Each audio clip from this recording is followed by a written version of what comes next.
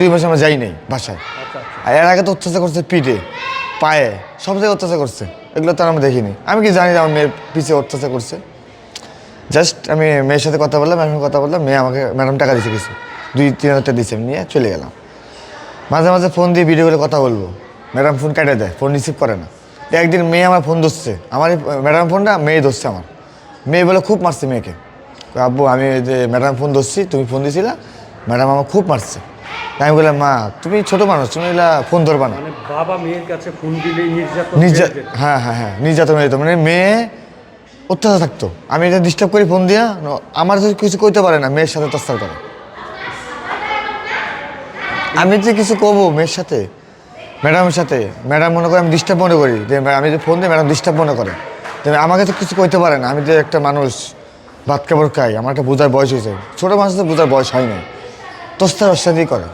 আমি যতবার ফোন দিই এতবার মনে মেয়ের সাথে তোস্তার করে। লাস্ট টাইম ফোন দিয়ে বন্ধ দিলাম, আমি ডাইরেক্ট যাই ম্যাডামের কাছে ফোন না দিয়ে। আপনি কেন আসছেন গেটে ফোন না দিয়া, কী জন্য আসছেন, আপনার কি ফাইজলামি করছেন, অনেক কিছু বলছে আমাকে। সব সহ্য হয়ে মাথায় নিচ্ছি আমি। আমার বেশিরভাগ সিকিউরিটির উপর রাখ, আর কিচ্ছু না। এই সিকিউরিটির জন্য আমার মেয়েদের জীবনে নষ্ট হয়েছে। সিকিউরিটি বলছে যে আমার ম্যাডাম খুব ভালো মানুষ। আমি যে ওকে কোর্টে পাইতাম সিকিউরিটিকে, সিকিউরিটি ইভেন্টে তুলাইতে পারি। তুই মেয়েরা কি জন্য? হ্যাঁ, আমি ম্যাডামকে আগে দেখি নাই, ম্যাডাম সিকিউরিটির মাধ্যমে কিন্তু ম্যাডামকে দিচ্ছি বাচ্চাটা। ইস, তুই নোয়াখালীর মানুষের একটা বয়স্ক মানুষের, তোর তো বাচ্চা কাচ্চা আছে, তুই কেন মেয়ে জীবনে নষ্ট করলি এরকম করে? আচ্ছা ভাই, এই যে মোহনার মা কি হয়েছিল? মোহনার মা মারা গেছে গাড়ি অ্যাক্সিডেন্টে। কতদিন আগে? 1.5 বছর থাকতে মোহনা। পরবর্তীতে কি আপনি না, বিয়ে করিনি। আপনি বিয়ে শাদী করেন? না, আমার বিয়ে। এই যে আপনার সন্তান কয়টা? সন্তান একটা আমার। এই মেয়েটাই? জি। এই যে আপনার বাবা হিসাবে, এই যে আপনার একটা মেয়ে, আপনি তো চেয়েছিলেন ভালো থাকার জন্য। জি, ভালো থাকার জন্য, পরিবেশে থাকার জন্য। মানুষ হবে। হ্যাঁ, কিন্তু যখন আপনি দেখলেন এই অবস্থা, মনার এই যে শারীরিক যে অবস্থা, জি, এটা দেখার পরে কি হয়েছে? আমি যেসব ফার্স্ট আমার মেয়েকে দেখি এই অবস্থায়, আমি নিজে কন্ট্রোল করতে পারিনি। আমি ওখানে আমি নিজেই দায় দেখতে পারতেছি, আমি নিজেকে আমার ব্যাক হয়ে গেছিলাম। আমার মেয়ে যখন পড়ে যায় আমার কাছে, আমি কী হয়েছে কাব্য, আমি হাঁটতে পারবো না। খুশি মাথা আরও বেশি খারাপ হয়েছে, হাঁটতে কি জন্য পারবো না, অবশ্যই আঘাত করছে বেশি। তা আমি আর বেশি সিন্ডিকেট করিনি ম্যাডামের সাথে। কি জন্য ম্যাডাম এর আগে আমার একটা খারাপ ব্যবহার করছিল, সিকিউরিটি আমাকে মারতে আসছিল। আমি চিন্তা পিছিয়ে কেউ নেই, আর কিছু একটা ঘটনা ঘটে বলে ম্যাডাম আর সাদা একটা কাগজ নিয়ে আসছিল, ওই কাগজে সাইন দিয়েছি। আমি সহজ সোজা লোক, মানে সাইন দিয়ে তারপর আপনার সন্তানকে আনছি।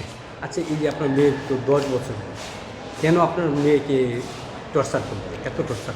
একটু তস্তারকে একটা ছোটো মেয়ে কতটুকু কাজ করতে পারবে? সর্বোচ্চ নাইলে আপনার পানি টানি, বাচ্চা দেখা, খেলাধুলা। ও কি ঘর লিখতে পারবে, ঝাড়ু দিতে পারবে, বিছানা ধরতে পারবে, ওই ঘরের জিনিসপত্র মুছতে পারবে? ওকে খুব প্রেশার দিছে, কাজের বুয়ারও প্রেশার দিছে, কাজের বুয়ারও মারছে। হ্যাঁ, 4জন ব্যক্তি, 2জন বুয়া, 2জনের বুয়া মারছে। হ্যাঁ, মেয়েরে মারছে, বুয়ারে মারছে, ম্যাডামে মারছে। স্যার কোন সময় দেখে নাই, সেটা আমি আমার মেয়েকে শুনছি। স্যার ওই যে শুনতো, ঠাসঠুস আওয়াজ হইতো, লাস্টে রাগ করে স্যারও 2-একটা মারছিল গায়ে, হাতিস মেয়ের গায়ে। আর পুতা আছে না, পুতা দিয়ে আঙুল ছেঁচছে।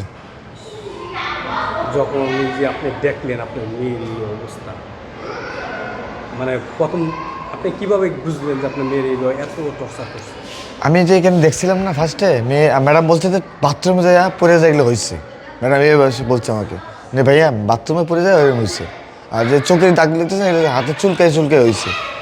তা আমি আর বেশি কিছু বলি নাই, আমি বুঝতেছি এটা অবশ্যই এটা আঘাতের দাগ। আমার মেয়ে চুলকায় এরকম জীবনে করবে না। আমার মেয়ে সরতে বড় আমি করছি, আমি জানি। আমার মেয়ে আমাকে ভয় পায়, কোথাও গেলে আমাকে কই যাবো, আমি ওদিকে যাচ্ছি, আমার সামনে ওদিকে আমাকে কান্দা কাঁদি। যে সময় আমি কোলে করে নিয়ে রিস্কে উঠছি, আব্বু ব্যথা করতেছে, ওই সময় আমি ম্যাডাম বাড়ির সামনে থাকি নাই, উত্তরে নিয়ে আসছি। আপনাদের মতো সাংবাদিক আমাকে হেল্প করছে, ওই দিন রাত্রে ছবিটা ফেসবুক ছাড়িয়ে দিচ্ছে না পথে। এই যে বাবা হিসাবে একজন একমাত্র সন্তান, এই অবস্থা কোনো বাবারই আসলে ঠিকঠাক না, আমি তো ঠিক ছিলাম না, আমি ঠিক ছিলাম না একদম। আমার অবস্থা আসলে খারাপ ছিল না। আমি যখন পড়ে দিতাম লাস্টে আমার মেয়ে মারা যেত। আমি যে আল্লাহ আমার একটু আমার শক্ত করে রাখছিল, আমার মেয়ে এই পর্যন্ত আসছে আজকে। আমি যখন নিশ্চয় করতাম না, আমার মেয়ে নিজে মারা যেত। আমার তিনজন মারা যেতাম, আমার মা, আমি, আমার মেয়ে, ওই তিনজন স্টক করে মারা যেতাম এখানে। আল্লাহ তালা আমার একটু সুযোগ দিচ্ছে, যাক মেয়েটা যাতে নিচে আসছে সুস্থ করার মতন তবিক আল্লাহ আমাকে দিয়ে দিচ্ছে এখানে শক্তিটা। ওই শক্তি উপভোগ করে আমি নিয়ে আসছি মেয়েকে, কোনা ভাই পর্যন্ত নিয়ে আসছে। কোনা ভাই থেকে আমার পাড়াবাসী লোক আছে, ওনারা বলছে এখানে এখানে আসার জন্য। এখানে যখন কলবি নামাইছি গাড়ির থেকে, নগদে ওরা কেস, পুলিশ কেস, আমি জি আমাকে সাহায্য করছে, ওরা দ্রুতই কেস লিখছে।